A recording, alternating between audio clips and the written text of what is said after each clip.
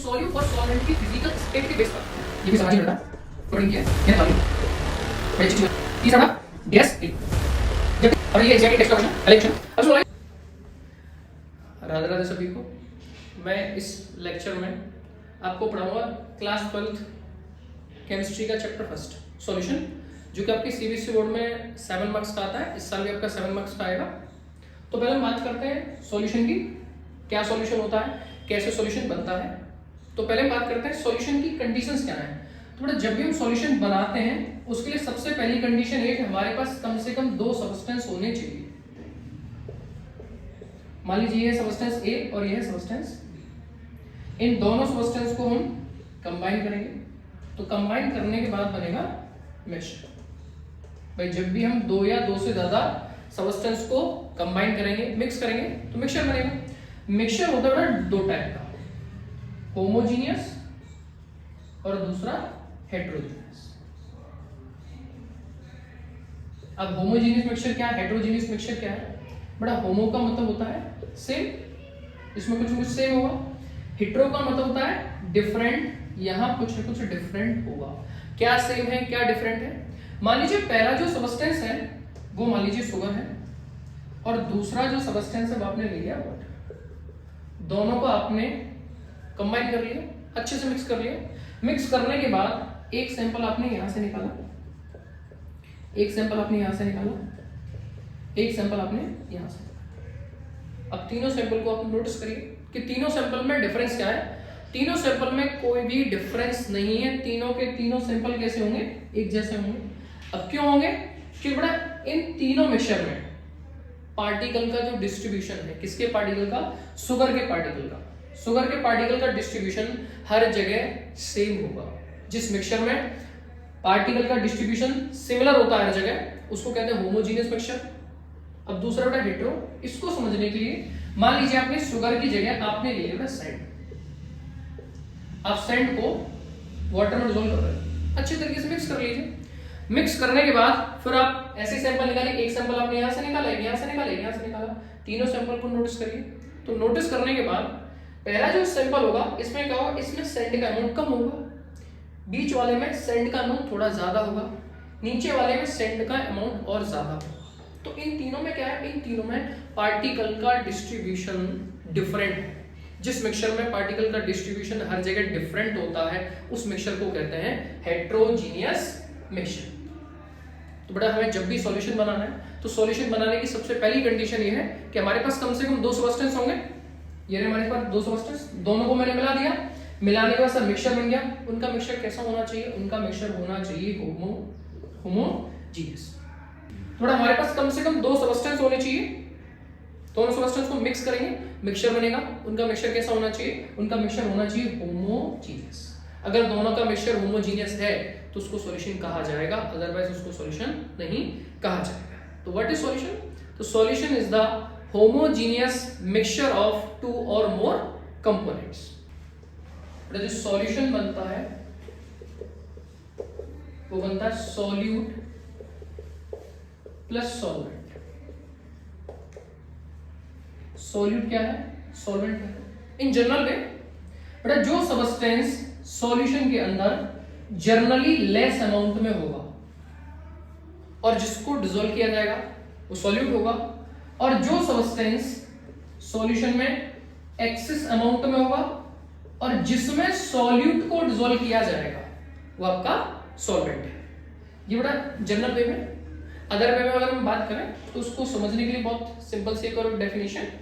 मान लीजिए कि आपकी क्लास का कोई बच्चा है, उसको जनरली नाम देके चलना है। ये कोई शर्मा जी का लड़का है, शर्मा जी का लड़का, ठीक। अब इस बच्चे की कुछ विशेषता है। हर बच्चे की अपनी अपनी प्रॉपर्टीज होती हैं, हर बच्चे को अपनी अपनी प्रॉपर्टीज से जाना जाता है। ऐसे बेटा इनकी भी प्रॉपर्टीज हैं। वो क्या है इनकी प्रॉपर्टीज? बेटा सबसे पहली प्रॉपर्टी इनकी है कि इन्हें गाली देते हैं, बड़ी अच्छी अच्छी गाली देते हैं। दूसरा, पढ़ने में बिल्कुल देते हैं। ये इनकी प्रॉपर्टी है। और ये आप है, ठीक। आपकी भी गुण है। आपके गुण क्या है? बड़ा आपका सबसे पहला गुण है कि आप गाली नहीं देते हो, लेकिन देते तो होंगे, लेकिन मान लो नहीं देते और पढ़ने में आप जीनियस, ये आपकी प्रॉपर्टीज है। तो बेटा अब आपके पिताजी, ये आप हैं, तो आपके पिताजी आपसे कह रहे हैं कि बेटा तू ना सामाजिक लड़के के साथ मत रहा कर। तो आपने पूछा कि क्यों ना रहा करूं? फिर आपके पापा ने कहा कि बेटा वो जो सामाजिक लड़का है वो गाली देता है, पढ़ने में बेकार है, जब तुम उसके साथ मिलोगे, जब तुम उससे मित्रता करोगे तो बेटा आप गाली नहीं देते हो, आप भी गाली देने लग जाओगे, आप पढ़ने में जीनियस हो, आप पढ़ने में भी निल हो जाओगे। तो कहने का मतलब ये है कि भाई सॉल्यूशन बनाने के लिए हमारे पास कम से कम 2 सब्सटेंस होते हैं, दोनों को मिलाते हैं, तो दोनों को मिलाएंगे क्या बनेगा? मिक्सचर बनेगा। तो ऐसे ही बड़ा ये दोनों मिलेंगे, ये दोनों मिलेंगे, दोनों की मित्रता होगी, तो क्या होगा कि बच्चा गाली नहीं देता, ये गाली देने लग जाएगा। अब इसी चीज को बड़ा सॉल्यूशन के टर्म में बात करें, हमने 2 सब्सटेंस थे, दोनों को मिला दिया, मिलाने के बाद जो सब्सटेंस अपनी प्रॉपर्टी लूज कर दे उसको सॉल्यूट कहेंगे, और जो सब्सटेंस अपनी प्रॉपर्टी लूज नहीं करता उसको कहेंगे सॉल्वेंट। तो यहाँ पे ये जो लड़का है बेटा वो क्या है? सॉल्यूट, और ये जो है सामाजिक लड़का वो क्या है? सॉल्वेंट, क्योंकि बेटा ये अपने आप को नहीं बदल रहा है और ये बदल रहा है। जो प्रॉपर्टी चेंज करेगा वो सॉल्यूट, जो चेंज नहीं करेगा वो सॉल्वेंट होगा। अब बेटा आपने कोई सॉल्यूशन तैयार कर लिया, अब सॉल्यूशन को तैयार करने के लिए आपने सॉल्यूशन में डाल दिया बेटा 2 सब्सटेंस ए और बी। तो इस सॉल्यूशन में कितने सब्सटेंस हैं?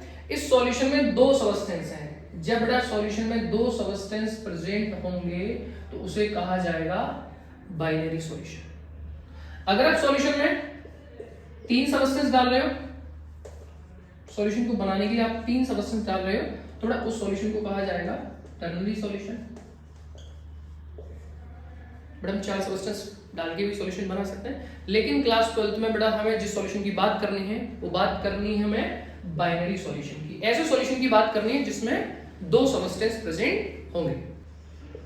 बेटा ये हम बात कर चुके हैं, सॉल्यूशन बनेगा सॉल्यूट प्लस सॉल्वेंट से।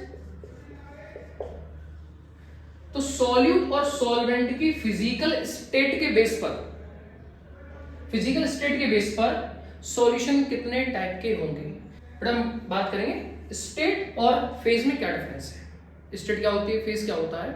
मान लीजिए आपके पास सैंड है और आपके पास बेटा कोई पत्थर है, आप दोनों को मिक्स कर लीजिए, अच्छे से मिक्स कर लीजिए। मिक्स करने के बाद हम दोनों को अलग करना चाहें अलग कर सकते हैं। वैसे दोनों की स्टेट तो सेम है भाई, मिट्टी भी आपकी सॉलिड है और आपका पत्थर भी सॉलिड है, स्टेट क्या है? सॉलिड। लेकिन अगर हम फेस की बात करेंगे, फेस कैसा है? तो दोनों को हमने मिला दिया, मिलाने के बाद हम दोनों को भाई अलग कर पा रहे हैं। जब दोनों को हम अलग कर पा रहे हैं तो वहां पे फेज वर्ड यूज नहीं किया जाएगा। जैसे मान लीजिए मैं आपसे कह रहा हूं वाटर और एल्कोहल, दोनों को आप बड़ा मिक्स कर दीजिए, दोनों को मिक्स कर दीजिए, मिक्स कर लिया। अब उसके बाद हम दोनों को अलग कर पाएंगे? नहीं, दोनों को अलग नहीं कर पाएंगे। तो यहां हम कह सकते हैं बेटा आपका वाटर भी लिक्विड फेज में है और एल्कोहल भी आपका लिक्विड फेज में है। अब बात करते हैं कि सॉल्यूशन, सॉल्यूट और सॉल्वेंट की फिजिकल स्टेट के बेस पर कितने टाइप के होते हैं। तो सॉल्यूशन बेटा सॉल्यूट और सॉल्वेंट की फिजिकल स्टेट के बेस पर ये सॉल्यूशन बन जाएंगे आपके 9 टाइप्स के। कैसे बन जाएंगे बेटा? सॉल्यूट को मान लीजिए, सॉल्यूट को मैंने ले लिया सॉलिड, सॉलिड को आप डिसॉल्व कर दीजिए सॉलिड में, सॉलिड को आप डिसॉल्व कर दीजिए लिक्विड में, सॉलिड को आप डिसॉल्व कर दीजिए गैस। आपके 3 टाइप के सॉल्यूशन होंगे। ऐसे ही लिक्विड को डिसॉल्व कर दो बेटा सॉलिड में, लिक्विड को डिसॉल्व कर दो लिक्विड में, और लिक्विड को डिसॉल्व कर दीजिए गैस में, और आपका फिर बन जाएगा गैस। बेटा गैस को डिसॉल्व कर दो सॉलिड में, गैस को डिसॉल्व कर दो लिक्विड में, और एक बन जाएगा आपको गैस को डिसॉल्व कर दो आप गैस में। तो सॉल्यूट और सॉल्वेंट की फिजिकल स्टेट के बेस पर हमारे जो सॉल्यूशन बनेंगे वो कितने टाइप्स के बनेंगे? वो 9 टाइप्स के बनेंगे।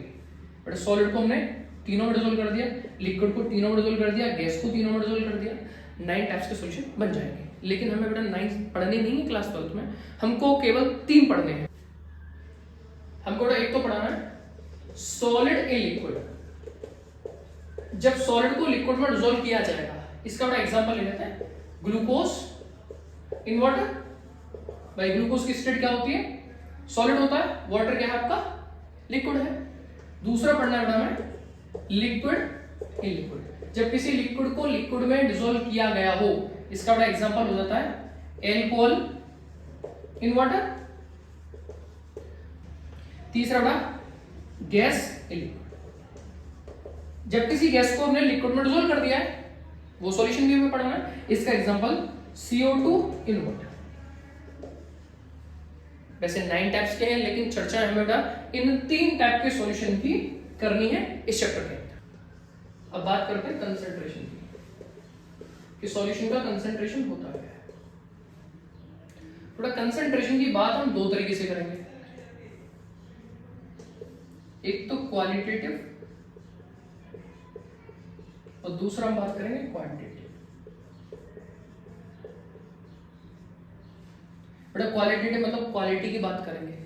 क्वालिटी मतलब सॉल्यूशन हमारा डाइल्यूट है कि कंसंट्रेट है। अब बेटा हम ये भी बताएंगे डाइल्यूट सॉल्यूशन क्या होता है, कंसंट्रेट सॉल्यूशन क्या होता है। दूसरा आपका क्वांटिटेटिव मतलब हम क्वांटिटी की बात करेंगे। क्वांटिटी मतलब अमाउंट की बात करेंगे कि सॉल्यूशन के अंदर सॉल्यूट का अमाउंट कितना है, सॉल्वेंट का अमाउंट कितना है, पूरा सॉल्यूशन आपका कितना है, ये बात करेंगे क्वांटिटेटिव कंसंट्रेशन में।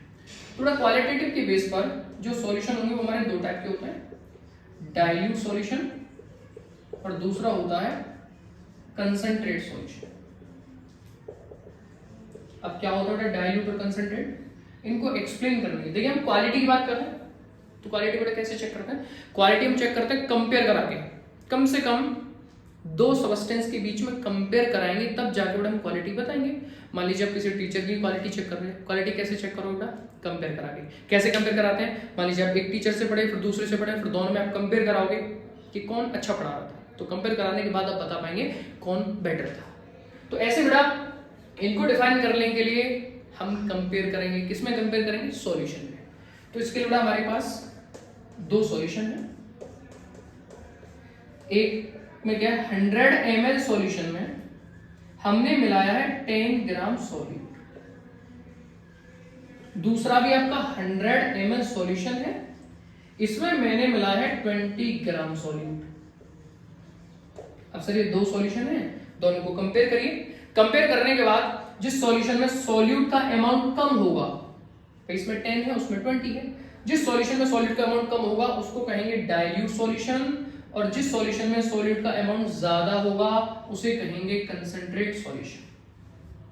अब दूसरा है क्वांटिटेटिव कंसंट्रेशन, तो जिसमें हम चर्चाएं करेंगे ना, पहला आपका मास परसेंटेज, दूसरा वॉल्यूम परसेंटेज, और तीसरा आपका मास बाय वॉल्यूम परसेंटेज, बड़ा फोर्थ आपका स्ट्रेंथ की बात करेंगे आपसे,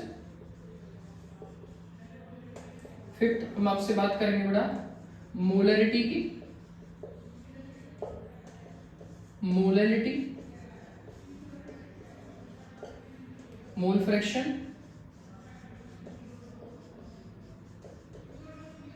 और लास्ट हम आपसे बात करेंगे बड़ा पार्ट्स पर मिल, जिसको शॉर्ट में कहा जाता है ppm। तो ये कंसंट्रेशन के टर्म ही आपको क्या बताएंगे बड़ा, ये हमें बताएंगे क्वांटिटी। देखो क्वांटिटी, क्वांटिटी मतलब अमाउंट बताएंगे, किसका? सॉल्यूट का, सॉल्वेंट का, सॉल्यूशन का अमाउंट बताएंगे। अगर बड़ा हमें कंसंट्रेशन मान लीजिए अगर डिफाइन करना है तो कैसे डिफाइन करोगे? तो आप कहने को ये भी कह सकते हो कि कंसंट्रेशन क्या है सर? कंसंट्रेशन वो टर्म है जो सॉल्यूशन की क्वालिटी भी बताएगा कि डाइल्यूट है, कंसंट्रेट है, और हमें क्वांटिटी भी बताएगा। और जनरली आप ये भी कह सकते हैं कि कंसंट्रेशन क्या है भाई, आपने एक सॉल्यूशन बनाया, डेफिनेट वॉल्यूम सॉल्यूशन बनाया भाई, हमने एक सॉल्यूशन तैयार किया, मान लीजिए कितना है 1 लीटर सॉल्यूशन है। अब इस 1 लीटर सॉल्यूशन में हमने सॉल्यूट डिसॉल्व किया होगा, वो सॉल्यूट कितना है? डेफिनेट वॉल्यूम सॉल्यूशन में जितना भी सॉल्यूट प्रेजेंट होगा वही सॉल्यूशन का कंसंट्रेशन है। बेटा जो कंसंट्रेशन के जो भी हमने टर्म बताए हैं उनको थोड़ा सा बाद में डिफाइन करेंगे, उससे पहले थोड़ा सा और जानकारी ले लेते हैं। कंसंट्रेशन की बात है बड़ा, हम 2 तरीके से करेंगे। 2 टाइप के कंसंट्रेशन होते हैं, टेम्परेचर डिपेंडेंट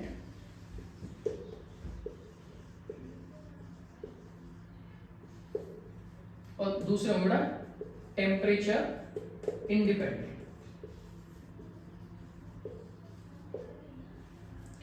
अब टेम्परेचर डिपेंडेंट यानी जो टेम्परेचर पर डिपेंड होता है, यानी टेम्परेचर चेंज होगा तो ये भी चेंज होंगे। टेम्परेचर इंडिपेंडेंट, टेम्परेचर के साथ चेंज नहीं होंगे। अब कौन से चेंज होंगे, कौन से चेंज नहीं होंगे? इट इंक्लूड्स वॉल्यूम, जिन कंसंट्रेशन में वॉल्यूम होगा, भाई जब हम उनको डिफाइन करेंगे वहां पता चल जाएगा कि किन में वॉल्यूम है, किन में वॉल्यूम नहीं है। तो बड़ा जिनमें वॉल्यूम होगा वो टेम्परेचर के साथ चेंज होंगे। It does not include volume. और बेटा जिनमें वॉल्यूम नहीं होगा वो टेम्परेचर के साथ चेंज नहीं होंगे। मैं लिखने को यहाँ लिख दे रहा हूं वैसे कि कौन सी चेंज होंगे। बेटा जैसे आपका वॉल्यूम परसेंटेज, भाई वॉल्यूम आ रहा है चेंज होगा। बेटा स्ट्रेंथ, इसमें भी वॉल्यूम आता है तो ये भी टेम्परेचर के साथ चेंज होगा। बेटा आपका मोलैरिटी, ये भी आपका टेम्परेचर के साथ चेंज होगा। और एक आपका बेटा weight by volume percentage, mass by volume percentage. यानी जिस कंसंट्रेशन टर्म में वॉल्यूम आएगा वो टेम्परेचर के साथ चेंज होगा, और जिसमें वॉल्यूम नहीं आएगा जैसे आपका mass percentage, molarity, mole fraction और आपका बेटा पार्ट्स पर तो इनमें क्या होगा, इनमें वॉल्यूम टर्म नहीं आएगा। जब इनमें वॉल्यूम नहीं आएगा तो ये चेंज नहीं होगा। कैसे बेटा मान लीजिए आपने कोई सॉल्यूशन बनाया, सॉल्यूशन आपने किसी कंटेनर में बनाया और आपने क्या कर दिया, अब टेम्परेचर राइज कर दिया। अब बेटा जैसे टेम्परेचर राइज करोगे तो वॉल्यूम बढ़ेगा, वॉल्यूम बढ़ेगा, वॉल्यूम चेंज होगा, वॉल्यूम चेंज होगा तो ये कंसंट्रेशन के टर्म भी चेंज होंगे। और ये अच्छे तरीके से भी बेटा समझ में आएंगे। अब मैं इनको वन बाय वन आपको एक्सप्लेन करूंगा, तब आपको और अच्छे तरीके से समझ में आएगा कैसे डिपेंड होंगे, कैसे डिपेंड नहीं होंगे। कंसंट्रेशन का पहला टर्म है मास परसेंटेज, जिसको रिप्रेजेंट करेंगे बेटा small w upon capital W percentage. इसको बेटा डिफाइन करने के लिए अगर डिफाइन करना है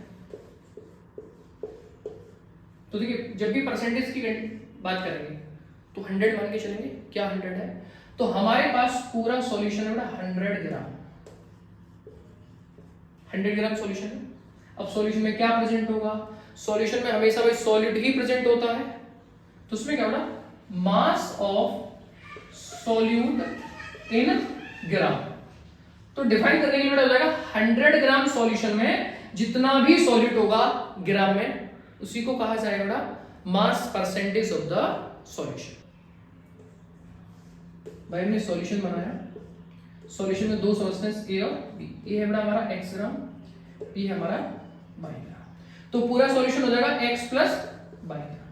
बेटा हमें ये पता करना हो कि टोटल में से, टोटल सॉल्यूशन में से ये कितना परसेंटेज है, ये कितना परसेंटेज है। जिसका भी परसेंटेज निकालना हो, अगर मान लीजिए बेटा हमें मास परसेंटेज निकालना है, मास परसेंटेज ऑफ ए, अगर ए का निकालना तो क्या करेंगे बेटा, ए का mass upon total mass, mass of A in gram upon mass of solution, बेटा पूरे सॉल्यूशन का मास इन ग्राम इनटू 100। अगर मैं आपसे बेटा बात करूं मास परसेंटेज ऑफ बी, भाई बी का परसेंटेज निकालना है तो क्या करें बेटा, बी का mass upon total mass, mass of be in gram upon mass of solution in gram into 100।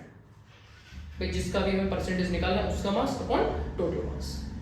अब जैसे बेटा न्यूमेरिकल हमारे पास 10 gram sugar dissolve in 40 gram of water, calculate the mass percentage of the sugar and water. भाई हमने एक solution तैयार किया, इस सॉल्यूशन के अंदर हमने बेटा 10 ग्राम सुगर को डिसॉल्व किया 40 ग्राम वाटर, तो टोटल सॉल्यूशन हमारे पास कितना हो गया 50 ग्राम।